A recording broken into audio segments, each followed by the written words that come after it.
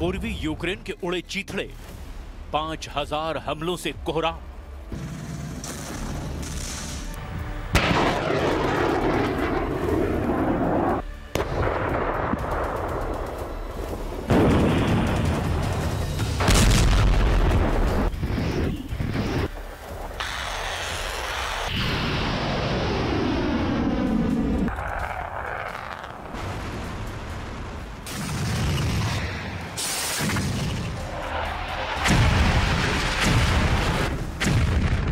Putin ने पिछले 21 दिन में दिखा दिया कि वो यूक्रेन में जब तक अपना टारगेट पूरा नहीं कर लेंगे तब तक वो यूक्रेन पर तूफानी हमले करते रहेंगे। इस वक्त रूसी सेना पूर्वी और उत्तर पूर्वी यूक्रेन में भीषण हमले कर रही है। हैरानी की बात तो ये है कि रूस ने सिर्फ 24 घंटे के अंदर ही यूक्रेन पर 500 से ज्यादा हवाई हमले किए हैं, जिसने पूर्वी यूक्रेन के चीथड़े उड़ाकर रख दिए हैं। जबकि दूसरे मोर्चे पर रूस की परमाणु तैयारियों ने अमेरिका, नेटो और यूरोप को मजबूर कर दिया है, या तो रूस से सीधी जंग करो वरना यूक्रेन पर रूस की हर शर्त को मानो। आप पुतिन की पावर का इसी से अंदाजा लगा सकते हैं कि जो ट्रंप कभी पुतिन और रूस को कागजी शेर कहकर चुनौती दे रहे थे, वो ट्रंप अब पुतिन की परमाणु फोर्स की पावर देखकर दोबारा पुतिन से बातचीत की गुहार लगा रहे हैं। हैरानी की बात तो ये है कि जो बात ट्रंप को 10 महीने में समझ नहीं आई, उस बात को पुतिन ने ट्रंप को 21 अक्टूबर से 29 अक्टूबर 2025 के बीच ही समझा दिया। पुतिन की परमाणु ऊर्जा से चलने वाली क्रूज मिसाइल बुरेवेस्निक और परमाणु हमला करने में सक्षम पोसाइडन टॉर्पीडो, या यूं कहें कि समुद्री ड्रोन ने ट्रंप समेत नेटो के सभी 32 देशों को दिखा दिया कि अगर जरा भी रूस की घेराबंदी की कोशिश हुई तो रूस परमाणु धमाके करने में जरा भी वक्त नहीं लगाएगा। लेकिन वो कैसे होगा? हम शुरुआत करते हैं पूर्वी यूक्रेन पर रूस के उन हवाई हमलों से जिसने राष्ट्रपति ज़ेलेंस्की की चीखें निकाल कर रख दी है।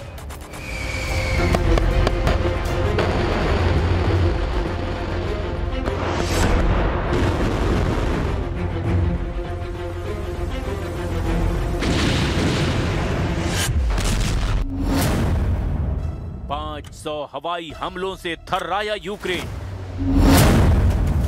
ज़ेलेंस्की ने मांगी टॉम हॉक।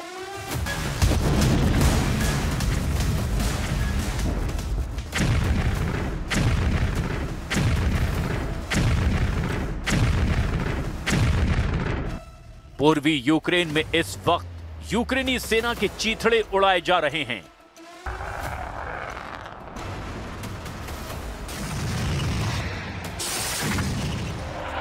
लगभग 21 महीने से पूर्वी यूक्रेन के पोक्रोवस्क में और कुपियांस्क शहरों पर रूसी सेना कब्जा करने की कोशिश में जुटी है।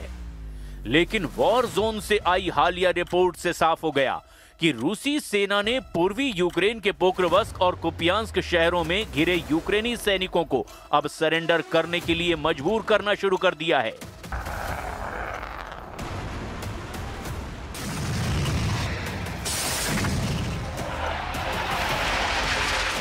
अभी तक जो आंकड़े सामने आए हैं उसके मुताबिक रूसी सेना ने लगभग 11,000 यूक्रेनी सैनिकों को पोक्रोवस्क और कुपियांस्क के चारों तरफ से घेर लिया है। वॉर जोन से कुछ रूसी रिपोर्ट्स ने दावा किया कि 300 की संख्या में रूसी सैनिकों ने पोक्रोवस्क और कुपियांस्क में हमले शुरू किए हैं, जिसकी वजह से यूक्रेनी सैनिक के दर्जनों मोर्चे कमजोर हो चुके हैं। हालांकि यूक्रेनी सेना ने रूसी घेरा तोड़ने के लिए एक स्पेशल लड़ाकू हेलीकॉप्टर से यूक्रेनी सेना के 11 स्पेशल कमांडो को भेजा था, लेकिन आखिरी वक्त में रूस की खुफिया इनपुट के आधार पर यूक्रेन के 11 स्पेशल कमांडो को रूसी सेना ने ड्रोन हमले में मार डाला। इस रूसी हमले में लड़ाकू हेलीकॉप्टर में सवार सभी स्पेशल कमांडो और यूक्रेन का लड़ाकू हेलीकॉप्टर तबाह हो गया। वॉर एक्सपर्ट्स का दावा है कि रूस इस वक्त पोक्रोवस्क में यूक्रेनी सेना को धीमी मौत मार रहा है। खबर तो यह भी है कि रूसी सेना ने सर्दियों को ही यूक्रेन के खिलाफ हथियार बनाना शुरू कर दिया है। घने कोहरे की आड़ में रूसी सेना दनादन यूक्रेनी सेना पर हमले कर रही है। हम आपको ये भी बता दें कि पिछले 24 घंटे में रूसी सेना ने पोक्रोवस्क और कुपियांस्क पर और दबाव बनाने के लिए पूरे यूक्रेन पर जबरदस्त हवाई हमले किए हैं।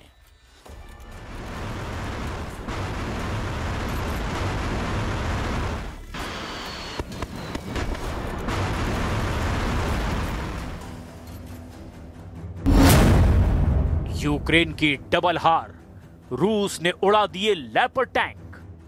हाल के दिनों में यूक्रेन पर दोहरी मार पड़ रही है। एक तरफ रूसी सैनिक हर दिन सैकड़ों यूक्रेनी सैनिकों को मार रहे हैं, तो वहीं दूसरी तरफ यूक्रेन को मिले नेटो और यूरोप के हथियार भी तबाह होने लगे हैं। रूस यूक्रेन युद्ध में राष्ट्रपति जेलेंस्की के लिए गेम चेंजर माने जा रहे जर्मनी के खतरनाक लेपर्ड टैंक के रूसी सेना ने टुकड़े टुकड़े कर दिए हैं। रूसी ड्रोन हमले से ध्वस्त हुआ लेपर्ड टैंक डॉनबॉस के कीचड़ भरी जमीन पर पड़ा हुआ है।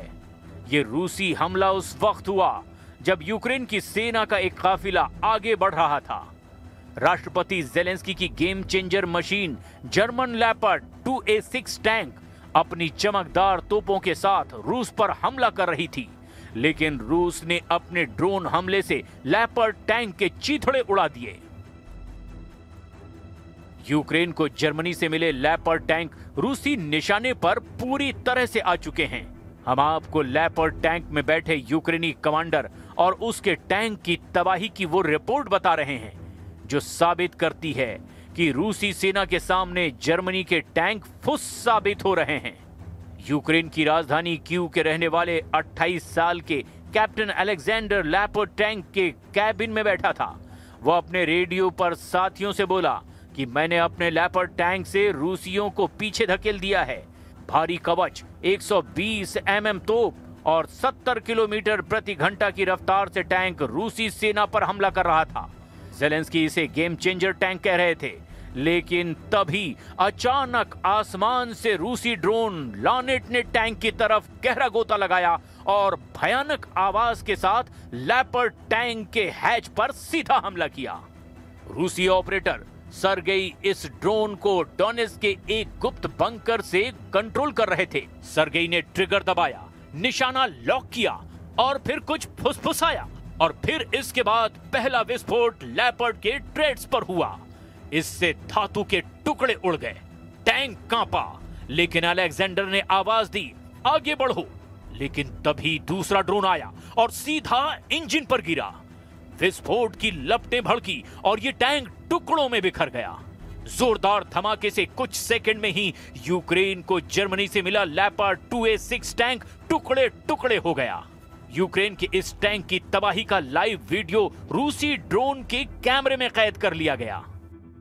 Und zum anderen haben wir und bauen auf Kräfte, Streitkräfte, Truppe, Land, Luft, See, Cyberinformationsraum, Weltraum. Also alles Fähigkeiten, die wir bereits heute haben und die werden weiter verstärkt. Die werden weiter ausgerüstet, ausgestattet, aufgebaut und mit den Plänen dann in Deckung gebracht, sodass wir, sollte es zu dem Fall kommen, auch tatsächlich unser Land erfolgreich verteidigen. रूस का परमाणु परीक्षण, Trump पर Putin का खौफ। रूस ने परमाणु परीक्षण फिर से शुरू करने की दिशा में औपचारिक कदम बढ़ा दिए हैं। रूस के विदेश मंत्री सर्गेई लावरोव ने 8 नवंबर को बताया कि राष्ट्रपति व्लादिमीर पुतिन के निर्देशों के तहत परमाणु परीक्षण की संभावना पर काम शुरू हो गया है। ये बयान ऐसे वक्त में आया है जब अमेरिकी राष्ट्रपति डोनाल्ड ट्रंप ने पिछले हफ्ते ही कहा था अमेरिका अपने परमाणु हथियारों का परीक्षण फिर से शुरू करेगा। लावरोव ने बताया कि 5 नवंबर को राष्ट्रपति पुतिन ने रूस की सुरक्षा परिषद की बैठक में विदेश मंत्रालय, रक्षा मंत्रालय, खुफिया एजेंसियों और नागरिक विभागों को यह निर्देश दिया था कि अगर अमेरिका व्यापक परमाणु परीक्षण प्रतिबंध संधि से पीछे हटता है तो रूस भी परमाणु परीक्षण की तैयारी करे। इधर रूस ने यह भी कह दिया है कि अगर अमेरिका के विदेश मंत्री मार्को रूबियो रूस के विदेश मंत्री के साथ युद्ध विराम पर बात करना चाहते हैं तो अमेरिका को रूस की सभी शर्तें माननी पड़ेगी, तभी रूस की तरफ से बातचीत पर कोई शामिल होगा। जबकि दूसरी तरफ रूस के राष्ट्रपति पुतिन ने निर्देश दिया और इस पर रूस परमाणु कमांड सेंटर ने अपना काम शुरू भी कर दिया है। रूस के विदेश मंत्री लावरोव ने कहा कि रूस फिलहाल इस प्रक्रिया को तकनीकी और रणनीतिक स्तर पर परख रहा है और जनता को समय आने पर परिणामों से अवगत कराया जाएगा। लावरोव ने दावा किया कि रूस केवल तभी परमाणु परीक्षण करेगा जब अमेरिका पहले कदम उठाएगा। लावरोव ने बताया कि अब तक अमेरिका की ओर से राष्ट्रपति ट्रंप के बयानों पर कोई आधिकारिक स्पष्टीकरण नहीं मिला है। ट्रंप ने हाल ही में घोषणा की थी कि अमेरिका 3 दशकों के अंतराल के बाद अपने परमाणु परीक्षण को फिर से शुरू करेगा। ट्रंप ने कहा था, वॉशिंगटन अब बराबरी के आधार पर चीन और रूस जैसे प्रतिद्वंदियों के साथ परमाणु क्षमता को परखेगा। ट्रंप की इस घोषणा से दुनिया पर एक बड़ी परमाणु जंग का खतरा बहुत ज्यादा बढ़ चुका है। इससे परमाणु हथियारों की नई होड़ शुरू होने की आशंका जताई जा रही है और इसी पर सीधा जवाब अब रूस ने अमेरिका से मांग लिया है।